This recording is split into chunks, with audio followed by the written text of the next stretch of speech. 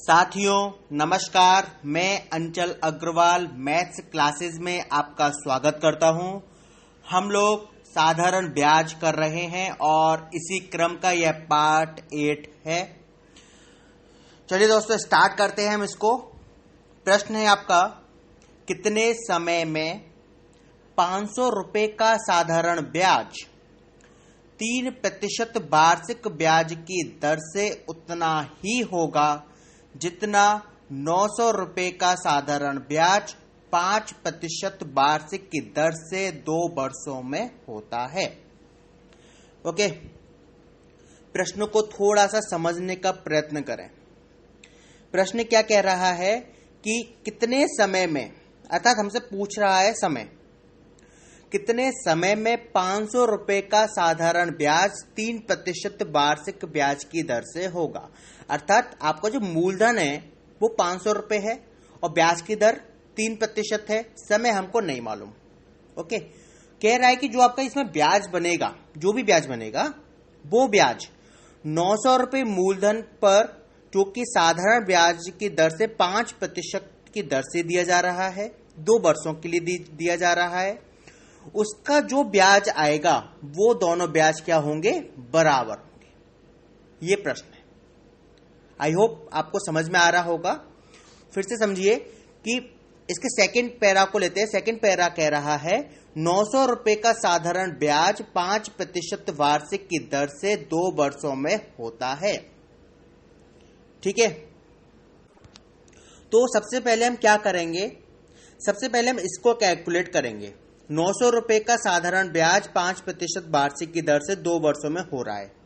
तो हमारा एक ही फॉर्मूला है हमारे पास इसमें, P into r into t upon 100। Got it. तो P का है आपका 900 मल्टीप्लाई 5 मल्टीप्लाई 2 डिवाइड बाई 100। कितना आएगा आपका इसमें, 90 रुपीज। अर्थात आपका जो ब्याज आ रहा है वो 90 रुपए है और यही 90 रुपए का ब्याज 500 रुपए मूलधन और 3% वार्षिक साधारण ब्याज की दर से बन रहा है, लेकिन हमको ईयर्स नहीं मालूम। ठीक, तो सेम फॉर्मूला लगाइए और इस बार जो मूलधन आएगा वो आएगा 500, रेट ऑफ इंटरेस्ट आएगा आपका 3, समय आएगा आपका, आप एक्स या टी कुछ भी मान सकते हैं, upon 100 is equal to 90 rupees. 90 बोल लीजिए, 90 रुपीज बोल लीजिए। ठीक है, अब आप इसको सॉल्व करेंगे, आपका आंसर आएगा 6 साल। इसको सॉल्व आप करेंगे, that's why I am saying कि आप सॉल्व करेंगे, तो इस तरीके से हम इस प्रश्न को कर सकते हैं। क्लियर दोस्तों, मेरी इस क्लास की एक खासियत यह है कि मैं जितने भी प्रश्न लेता हूं, जितने भी प्रश्न आपको समझा रहा हूं, वो या तो परीक्षा में आ चुके हैं या आने की एक असीम संभावना है। मेरे 90% से लेकर 95% क्वेश्चन ऐसे हैं जो परीक्षा में आ चुके हैं, ताकि आपको समझ में आए कि परीक्षा में आने वाले प्रश्न इतने कठिन नहीं होते, सिंपल प्रकृति के होते हैं, बस समझने की एक हमें जरूरत होती है। Got it. एक और प्रश्न को दें हम। चलिए, एक प्रश्न को हम इसलिए कर रहे हैं ताकि आप ज्यादा कंफ्यूज ना हो। ठीक है, प्रश्न समझिए। सोहन ने 7,200 रुपए डाकघर में जमा किए। यदि डाकघर 8% प्रतिवर्ष की दर से सूद अदा करता है, सूद का अर्थ ब्याज ही होता है। ओके, यदि डाकघर 8% प्रतिवर्ष की दर से सूद अदा करता है तो सोहन को 5 वर्ष 4 माह पश्चात कितना सूद मिलेगा। समझिए प्रश्न को। सोहन की जगह आप खुद को मान लीजिए, आपने 7,200 रुपए डाकघर में जमा किए हैं। डाकघर कह रहा है कि भाई मैं आपको 8% प्रतिवर्ष की दर से ब्याज दूंगा, और आपने 5 वर्ष 4 माह के पश्चात अपने पैसे निकाल लिए हैं। तो बताइए आपका कितना पैसा है, आपको कितना ब्याज मिला, ये आपको बताना है। सिंपल प्रश्न है, लेकिन इसमें दिक्कत क्या है कि 5 वर्ष होता तो यार बहुत ज्यादा आसान हो जाता। प्रश्न में दिक्कत यह है कि 5 वर्ष 4 माह दे रहा है। तो अब हम इसको कैसे सॉल्व करेंगे? ओके, देखो ऐसा तो होगा नहीं। मान लो आपने जमा किया है 5 वर्ष 4 माह के लिए, और डाकघर आपसे कहे कि 5 माह का ले लो, 4 माह का छोड़ दो, तो क्या आप छोड़ देंगे? नहीं। इसी तरह हम 4 माह की ब्याज को इस प्रश्न की में भी नहीं छोड़ेंगे, इसको भी हम कवर करेंगे। Got it? अच्छा, चलिए समझते हैं इस प्रश्न को। अच्छा, एक चीज बताइए कि 1 वर्ष का ब्याज कितना रुपया होगा?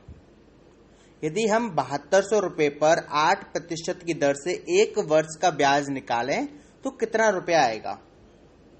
बताइए। मैं चाहूंगा कि आप प्लीज सॉल्व कीजिए, बिना सॉल्यूशन के कुछ भी नहीं होगा। 1 वर्ष का ब्याज बताइए मेरे को कितना रुपया आएगा? 7200 रुपीज पर 8% की दर से 1 वर्ष का ब्याज कितना होगा?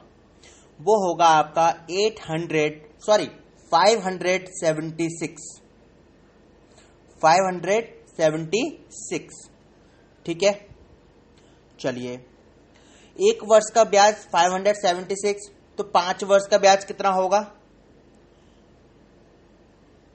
576 में 5 का मल्टीप्लाई कर दीजिए, तो 2880 रुपीज आपका 5 साल का ब्याज हो गया।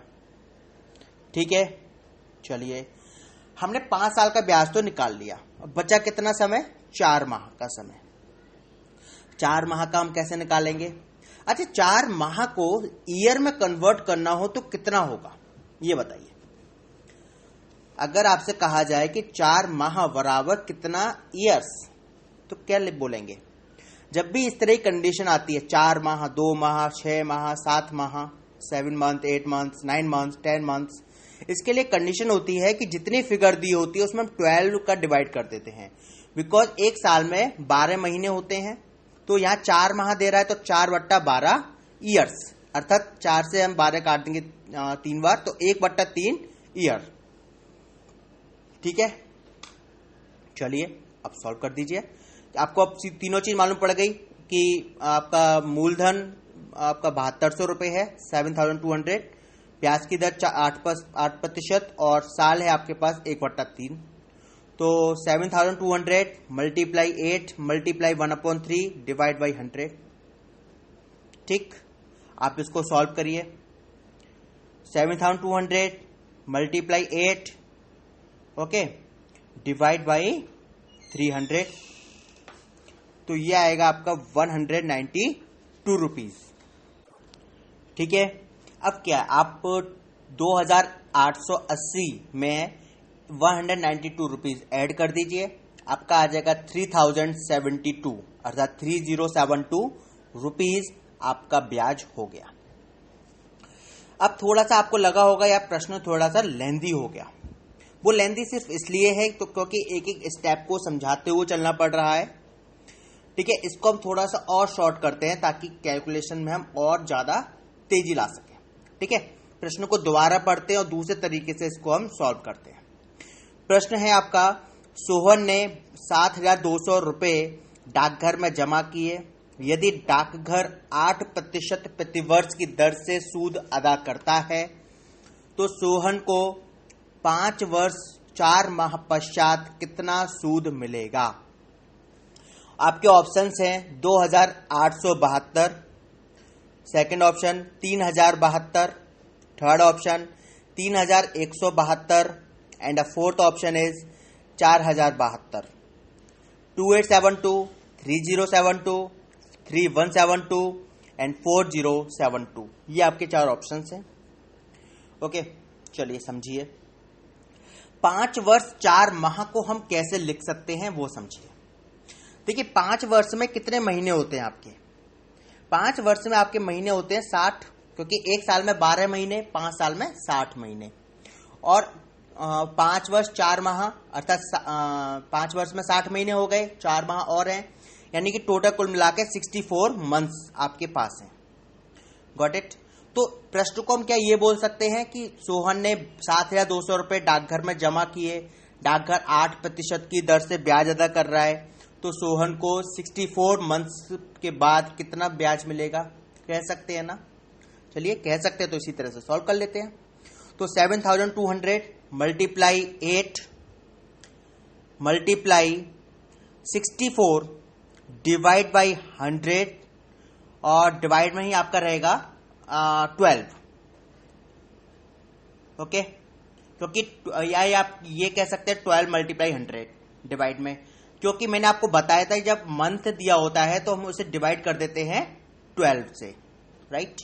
तो जब आप ये करेंगे तो सीधा सीधा आपका आंसर आ जाएगा 3072 रुपीज।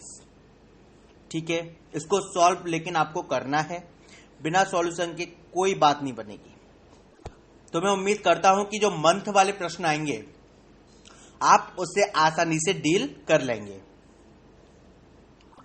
अब मुझे ऐसा लगता है कि साधारण ब्याज में आपका स्तर इतना अच्छा हो चुका है कि कोई भी प्रश्न आएगा आप उसे फोड़ देंगे। फोड़ने का अर्थ यही है कि आप सॉल्व कर लेंगे। फिर भी अगर आपको लगता है कि नहीं हम सॉल्व नहीं कर पाएंगे या दिक्कत आ रही है, तो I am ready to help you. मुझे आप अपनी प्रॉब्लम बताएं और मैं आपकी प्रॉब्लम को उसके अनुसार सॉल्व करूंगा। उसके अनुसार का यहां मेरा तात्पर्य है आपके अनुसार, कि आपसे ही वो मैं प्रश्न सॉल्व करवाऊंगा कि आप बताएं कि आप ये कैसे कर सकते हैं, और जहां जहां आपको दिक्कत होगी वहां वहां मैं आपको सहायता करूंगा। ओके, तो मैं समझता हूं कि साधारण ब्याज के क्वेश्चन को हम यहीं विराम दे सकते हैं। अगली ऑडियो में हम लोग कंपाउंड इंटरेस्ट के ऊपर बात करेंगे और उसके पश्चात compound interest and simple interest के जो कंबाइंड क्वेश्चंस बनते हैं हम लोग उन पर बात करेंगे।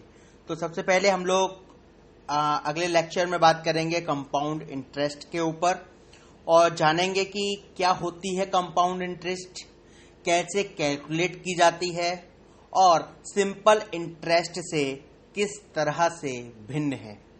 एक बात याद रखना, कंपाउंड इंटरेस्ट को सीखना तब तक आसान नहीं है जब तक आपको सिंपल इंटरेस्ट ना आए।